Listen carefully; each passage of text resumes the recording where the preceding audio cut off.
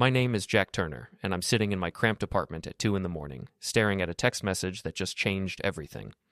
The rain hammers against my windows like angry fists, and the city lights blur into streaks of neon through the water.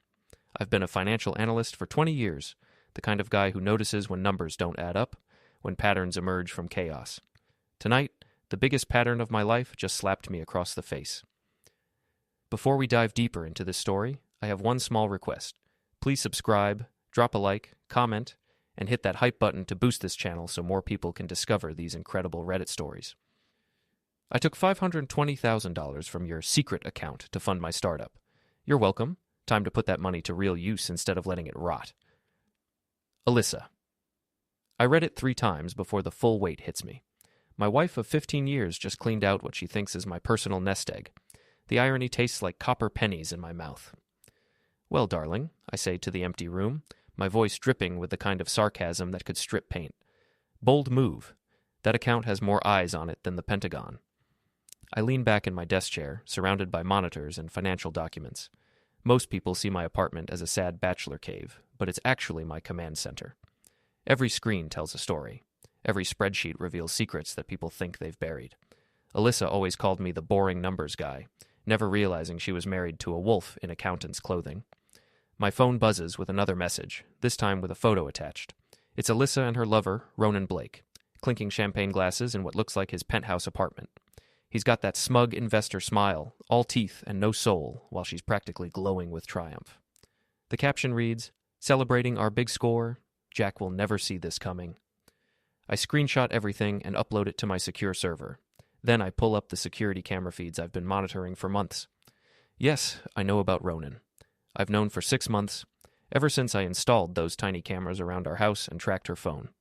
The footage shows them celebrating their heist right now, completely unaware they've just triggered something that will destroy them both. See, that $520,000 isn't my money at all. It's FBI bait, part of a sting operation I've been helping them run for the past year. Agent Mills approached me after discovering that several investment scams were using my consulting firm as a front. Instead of shutting us down, they asked me to help catch the real criminals. That secret account was designed to trap embezzlers and money launderers. Alyssa just walked straight into the spider's web. I pour myself 3 fingers of bourbon and start making calls. First to Agent Mills, then to my old friend Derek, who runs a tow truck service, and finally to Detective Harris, my high school buddy who owes me a favor. By dawn, my wife's perfect little world is going to crumble like a house of cards in a hurricane. The best part? She did it all to herself. 24 hours later, I'm standing across the street from the glass tower, watching Alyssa's startup launch party through binoculars. The building is all chrome and pretension, filled with the kind of people who use words like synergy and disruption while drinking wine that costs more than most people's rent. Inside, Alyssa is working the room like a seasoned politician. She's wearing that red dress I bought her for our anniversary last year, the one she said made her feel powerful. Ronan is beside her, playing the role of mysterious angel investor, his arm possessively around her waist. Neither of them has any idea that their champagne celebration is about to turn into a nightmare.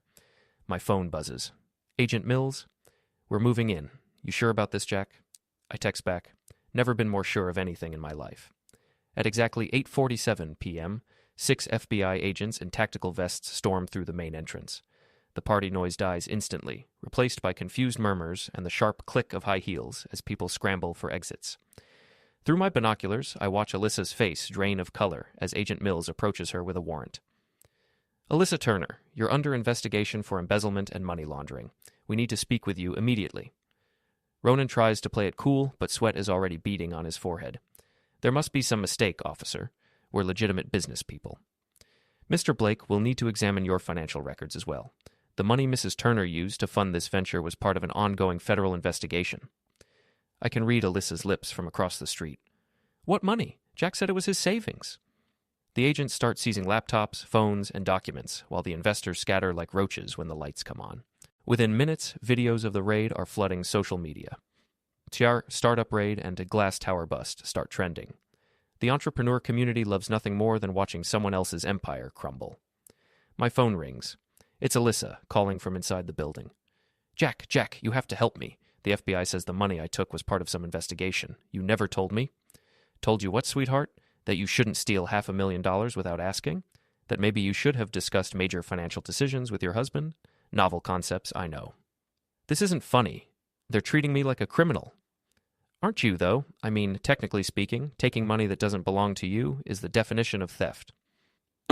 Through the window, I can see her pacing frantically while Ronan argues with Agent Mills. His wife just showed up. Apparently someone called her about her husband's business meeting with his mistress. She's screaming at both of them while photographers capture every moment. Jack, please, I'll pay it back. I'll do whatever you want. Just make this stop. Oh, Alyssa, this is just the beginning. I hang up and watch the show unfold. Ronan's wife is now throwing his belongings out of their penthouse window while news crews gather below. Alyssa is being led out in handcuffs, not arrested yet, but publicly humiliated as cameras flash and reporters shout questions. By morning, every business blog and gossip site will have the story. Alyssa's startup dreams are over before they began, and Ronan's marriage is imploding in real time. But I'm not done yet. This is just the opening act of a much longer show. 3 days after the raid, I'm sitting in Murphy's bar, a dive that serves drinks strong enough to strip paint and minds its own business. The place smells like cigarettes and broken dreams, which makes it perfect for my current mood. I'm nursing my second whiskey when Derek slides into the booth across from me. You look like hell, Jack. Feel worse, but it's a good kind of hell. Derek's been my friend since high school, back when we were both nobody special in a town full of nobody specials. Now he runs the most successful towing service in the city, which makes him very useful for certain kinds of revenge. So what's the play? He asks, signaling the bartender for a beer. I slide him a manila envelope filled with photos and documents. Ronan Blake drives a cherry red Ferrari, parks it in the underground garage at the Meridian Towers. Consider it a donation to your impound lot. What's the charge? Unpaid parking tickets. Amazing how many violations you can rack up when someone reports your license plate at every illegal parking spot in the city. Derek grins. You've been busy. I'm just getting started. My phone buzzes with a text from an unknown number. This is Margot Vance, Alyssa's business partner. We need to talk. Coffee shop on 5th and Main, 1 hour. I show Derek the message. He raises an eyebrow. Margot Vance? Isn't she the one who... Alyssa's best friend since college. Also the one who's been feeding her paranoid fantasies about our marriage for the past 2 years. I remember Margot well. Blonde, ambitious, with the kind of smile that never reaches her eyes. She's been whispering poison in Alyssa's ear since day one, convincing her that I was holding her back, that she deserved better, that successful women needed to take what they wanted. An hour later, I'm sitting across from Margot in a trendy coffee shop that serves $15 lattes to people who think caffeine is a personality trait. She's trying to look composed, but I can see the cracks in her facade. Jack, this whole situation has gotten out of hand. Alyssa made a mistake, but she doesn't deserve to have her life destroyed. Interesting perspective from someone who spent 2 years convincing her to leave me. Margot's mask slips for just a moment, revealing something cold and calculating underneath. I was trying to help her find happiness. You two were clearly incompatible. So incompatible that she felt comfortable stealing $500,000 from me? She thought it was your money. She was trying to build something meaningful instead of letting it sit in some boring investment account. I lean back and study her face. There's something else here, something she's not saying. Margot has always been the puppet master in Alyssa's life, pulling strings from the shadows. But this feels different. What do you really want, Margot? She leans forward, lowering her voice. I want to make a deal. I can help you get Alyssa back, make her see reason. But you need to call off whatever dogs you've set loose on her. And in return? You don't look too closely at how the startup was really structured. Some of those investors, let's just say they value their privacy. Now we're getting somewhere. I smile, but it's not a nice smile. Margot, I think you've misunderstood something fundamental about this situation. I don't want Alyssa back. I want her to understand exactly what she's lost. I stand up and drop a 20 on the table. But thanks for the coffee, and the confirmation that you're in this deeper than anyone realized. As I walk away, I can feel her eyes burning holes in my back. Margot Vance just revealed that this isn't just about Alyssa's betrayal. There's a bigger game being played here, and I'm going to find out exactly what it is. Time to dig deeper. 2 weeks later, I'm in my apartment, surrounded by printouts, financial records, and enough evidence to bury half the city's startup scene. What I've discovered about Margot Vance makes Alyssa's theft look like shoplifting candy. It turns out Margot has been running a sophisticated investment scam for 3 years, using her network of successful women entrepreneurs to funnel money from wealthy investors into fake companies. Alyssa's startup was just the latest front, and my wife was too blinded by ambition to see she was being used. The beautiful irony? Margot convinced Alyssa to steal from me because she needed that $520,000 to pay back investors who were getting suspicious. She never expected the money to be FBI bait. My phone rings. It's Detective Harris. Jack, you need to see this. Meet me at the Meridian Towers parking garage in 20 minutes. When I arrive, I find Ronan Blake standing next to his precious Ferrari, which now looks like it went 10 rounds with a sledgehammer. Every window is smashed, the paint is keyed down to the metal, and someone has spray-painted "Cheater" across the hood in bright red letters. Mr. Turner. Ronan rushes toward me, his usual smugness replaced by desperate panic. You have to help me. Someone destroyed my car. I examine the damage with exaggerated concern. Wow, Ronan, that's really unfortunate. Have you considered that this might be karma? This isn't funny. I know you're behind this. Me? I'm just a boring accountant, remember? I wouldn't know how to orchestrate something this artistic. Detective Harris approaches, notepad in hand. Mr. Blake, do you have any idea who might have done this? It was him. Ronan points at me accusingly. He's been harassing me ever since that FBI thing. Harris looks at me with mock surprise. Jack, where were you last night between midnight and 3 a.m.? Home, working on financial projections. I have time-stamped computer logs to prove it. Which is technically true. I was home, working on my computer. The fact that I was also coordinating with 3 different people who owed me favors is beside the point. Well, Mr. Blake, without evidence, there's not much we can do. Maybe you should be more careful where you park. As Harris walks away, I lean closer to Ronan. You know what's funny? This is probably the least of your problems. Wait until your wife's divorce lawyer gets hold of those photos from the startup party. Ronan's face goes white. What photos? The ones of you and Alyssa celebrating your big score while your wife was home with your kids. They're already making the rounds on social media. #blessed, right? I leave him standing there next to his ruined car, probably calculating how much his life is about to cost him. But I'm not done yet. Ronan was just a symptom of the disease. Margot Vance is the real cancer, and it's time for surgery. That evening, I hack into Margot's email accounts using techniques I learned from my FBI collaboration. What I find is even worse than I expected. She's been manipulating Alyssa for years, feeding her resentment about our marriage while secretly planning to use her as a fall guy for her investment scam. The emails tell the whole story.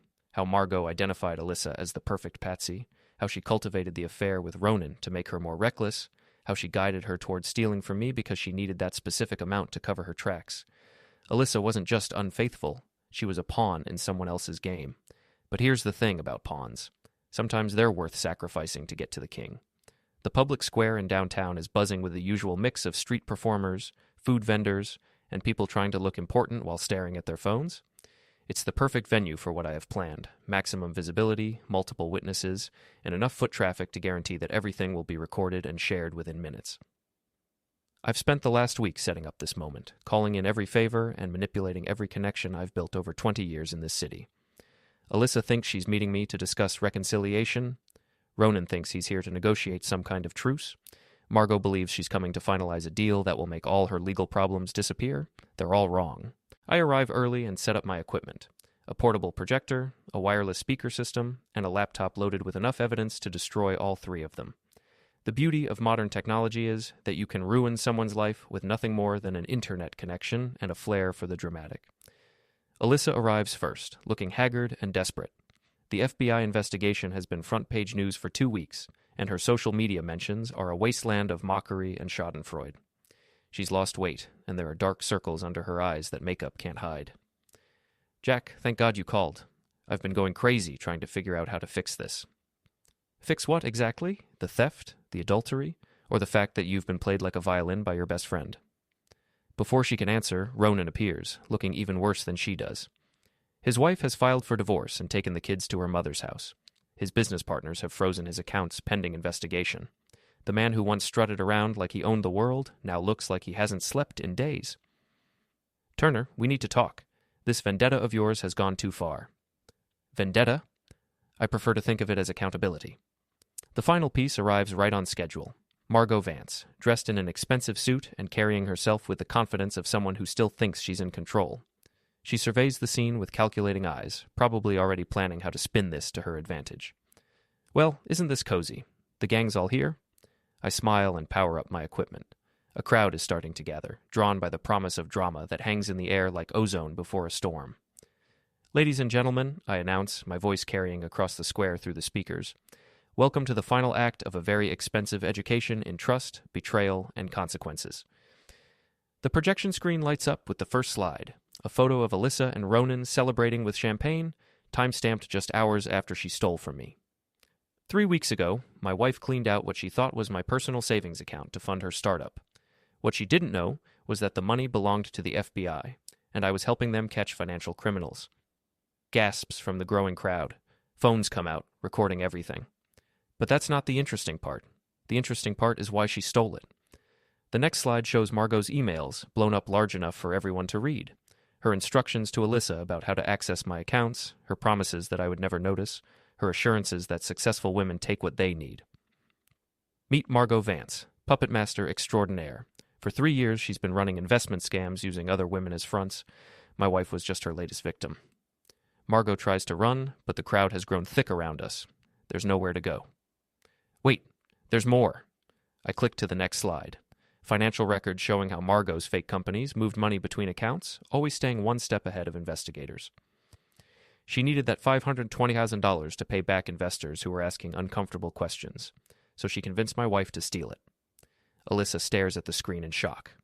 "Margot, you said Jack was hiding money from me. You said I deserved better. I was trying to help you." "Help yourself, you mean." I advance to the next slide. Photos of Margot meeting with known money launderers, documents showing her real estate purchases under false names, bank records proving she's been skimming from every deal she's touched. "The FBI is very interested in your business practices, Margot. Turns out when you steal from a federal sting operation, it opens up all sorts of investigative opportunities." Ronan, desperate to salvage something from the wreckage, makes a last-ditch play for sympathy. "This is harassment. This man has destroyed my marriage, my business, my entire life." "Your marriage?" I laugh, and the sound carries across the square like breaking glass. "Let me show everyone how much you valued your marriage." The final slide is a compilation of text messages between Ronan and Alyssa, including several particularly graphic descriptions of what they planned to do with boring Jack's money once they were free of me.